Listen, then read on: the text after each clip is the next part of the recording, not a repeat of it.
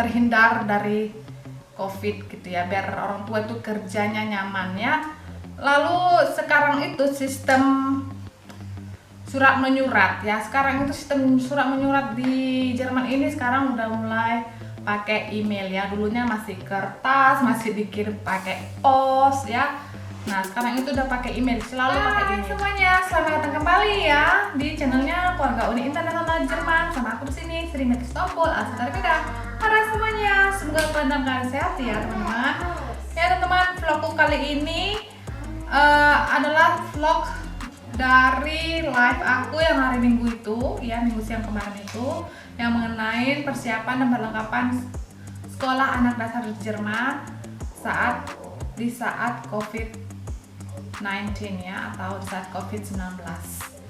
Jadi ya teman-teman, mungkin vlogku ini akan berguna bagi pihak sekolah yang ada di Indonesia ya, biar para orang tua mungkin atau para pihak sekolah udah mulai membuat kesamaan dengan sekolah di Jerman itu bagaimana ya, di saat COVID itu sekolah dimulai itu bagaimana prosesnya dan step-step apa aja yang dilakukan oleh pihak sekolah di Jerman untuk membuat orang tua tenang kerja di rumah ataupun di kantor ya, dan membuat anak tetap sehat dan jauh dari COVID.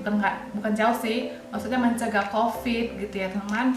Nah jadi ya teman, makanya itu vlog ini aku buat ya teman, mungkin barangkali berguna bagi kita semua, bagi kalian ataupun bagi sekolah-sekolah di Indonesia ya teman-teman.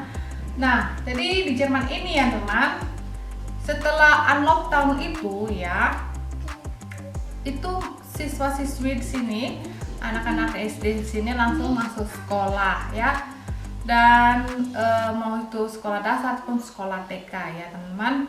Nah tapi sebelum mereka itu masuk sekolah ya, itu ada pihak sekolah mengirimkan kita melalui email ya, apa-apa aja yang dilakukan oleh pihak sekolah untuk menjaga kesehatan siswa-siswi mereka ini ya, alias anak-anak kita. Nah jadi yang mereka lakukan pertama kali yaitu dengan mengadakan sistem orang tua murid itu harus menyediain masker 2 untuk anak-anak mereka ya, sebelum berangkat sekolah harus sediain di dalam tas. Jadi masker yang pertama itu dipakai untuk dari rumah ke dalam bus dan sampai di sekolah, di halte bus maksud saya ya. Baru ya nanti masuk ke daerah sekolah ya, itu maskernya harus diganti dengan masker kedua, dan itu dipakai selalu di area sekolah saja ya. Jadi untuk masker untuk di bus dengan masker untuk di daerah sekolah itu beda ya teman. Jadi mereka itu disediain 2 masker oleh orang tuanya masing-masing, jarak 2 meter ya. Semua sistem itu ditandain, baik itu di tangga sekolah, baik itu saat mau masuk ke kelas ataupun ke kamar mandi ataupun masuk ke ruangan umum lainnya ataupun di kantin, semuanya ditaruh seperti itu ya teman-teman, ditandain. Dan lalu di sekolah di Jerman ini ya, itu di setiap kelas itu, di dalam kelas itu ya, disediain wastafelnya masing-masing. Jadi mahasiswa itu atau siswa-siswi di sekolah tersebut ya, tidak perlu mengantri di kamar mandi sentral mereka untuk mencuci tangan, tidak. Jadi pihak sekolah di sini itu di mana-mana selalu ada wastafel di setiap kelas ya. Jadi di wastafel itu standby juga sabun pencuci tangan ya. Lalu yang disediain oleh pihak orang tua ya, itu hand sanitizer setiap anak harus disediain ya. Itu ukuran kecil dan selalu ada standby di dalam tas sekolah. Lalu yang berikutnya mengenai bermain ya. Sekarang itu mau sekolah dasar atau mau sekolah TK, kalau misalnya di sekolah TK itu ya, macam Ludwig hari ini mulai sekolah TK ya, sekolah TK-nya itu kan luas ya, terus ada mainan-mainan juga, terus dibagilah mainan ini. Sebelah sini, sebelah kanan ini untuk grup A, B ya, misalnya. Bagian tengah mainan ini untuk grup C, D. Dan sebagai sini, sebelah sini untuk grup E, F, seperti itu. Jadi agar juga siswanya atau murid-muridnya tidak berhamburan kemana-mana di halaman sekolah itu ya, si pihak sekolah itu membuat garis, semacam garis polisi lah gitu ya teman-teman, biar para gurunya dan ataupun siswa-siswinya tahu kalau mereka itu mainnya hanya sebatas garis itu saja. Di bagian pintu masuk sekolah ya, pintu kan mereka ini kan gedungnya luas banget gitu ya teman-teman. Nah, jadi setiap kelas itu ada pintu masuknya masing-masing khusus untuk kelas, misalnya 1 sampai kelas 1C gitu, 1A sampai kelas 1C masuk sebelah situ, kelas 2 masuk lagi dengan pintu yang berbeda ya, terus bagian keluarnya juga berbeda gitu. Pokoknya semua dibedain pintu masuk, untuk kelas 1 sampai kelas 4 beda ya, pintu keluarnya juga beda. Jadi seperti itu ya teman-teman. Di sini guru-gurunya ya langsung meyakinkan ke orang tua murid kalau misalnya suhu tubuh si anak lebih dari 38,4 itu harus lebih bagus standby di rumah ya.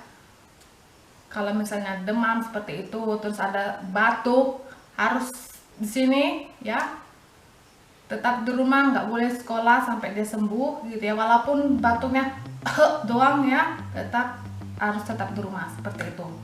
Toilet, sistem toilet di sini di sekolah TK ya dengan sekolah SD ada beberapa toilet. Kalau misalnya sekolah TK ini di setiap kelas itu ada toiletnya masing-masing, disediain sabunnya, hand sanitizer-nya disediain. Tapi kalau di kelas SD itu sekarang itu udah dibagi beberapa ya teman-teman. Setiap lantai itu dibagi beberapa WC ya, dipisahin cewek dengan cowok seperti di Indonesia juga ya.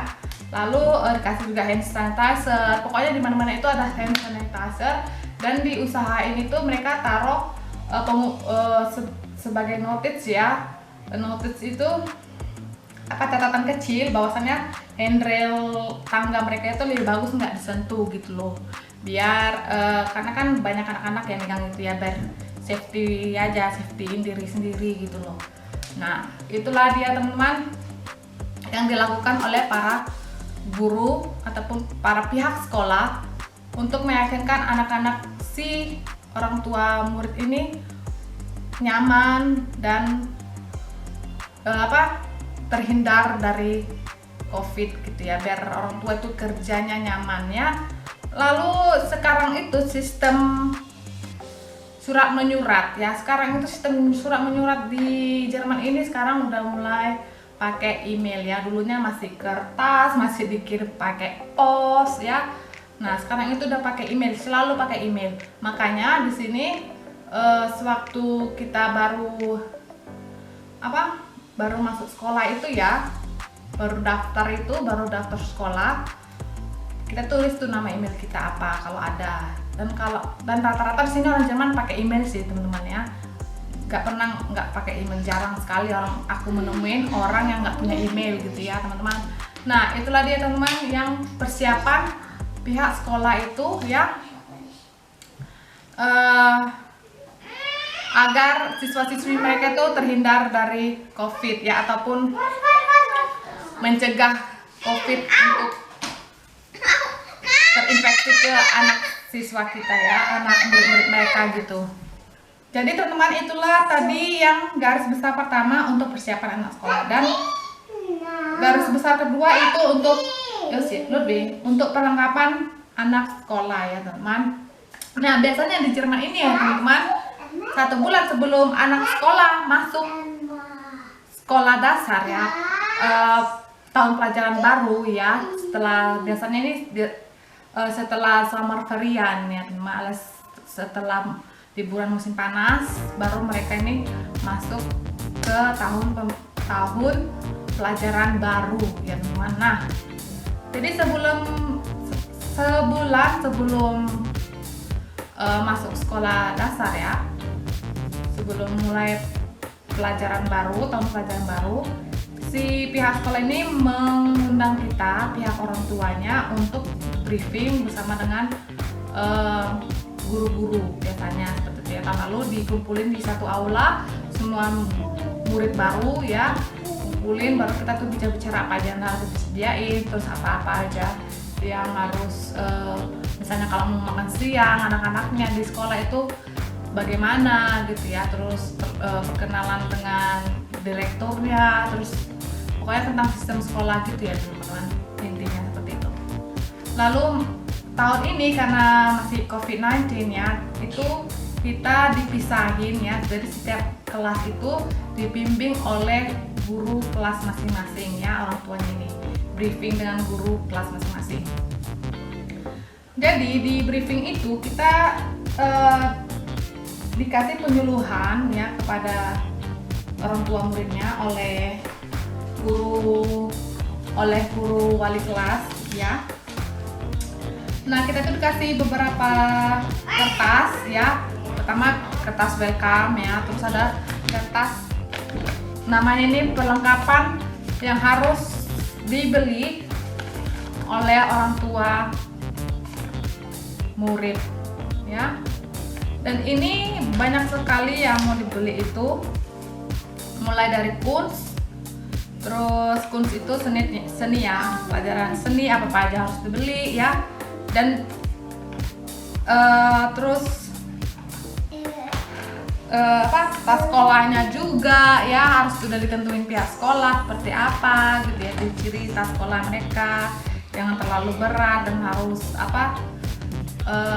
arah reflektornya gitu ya. Cuma reflektor itu seperti ini ya, reflektor ini kalau misalnya kalian lihat ini kan refleksi dia teman-teman ya, kalau misalnya tempat gelap jadi anak-anak itu masih bisa dilihat oleh kendaraan lain ya ketika nyebrang jalan gitu.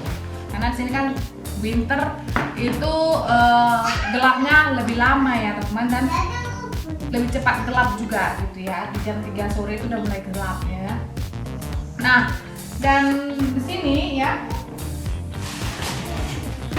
aku juga udah siapin yang diminta oleh pihak sekolah ya, yang sudah tertulis di sini apa-apa aja ya.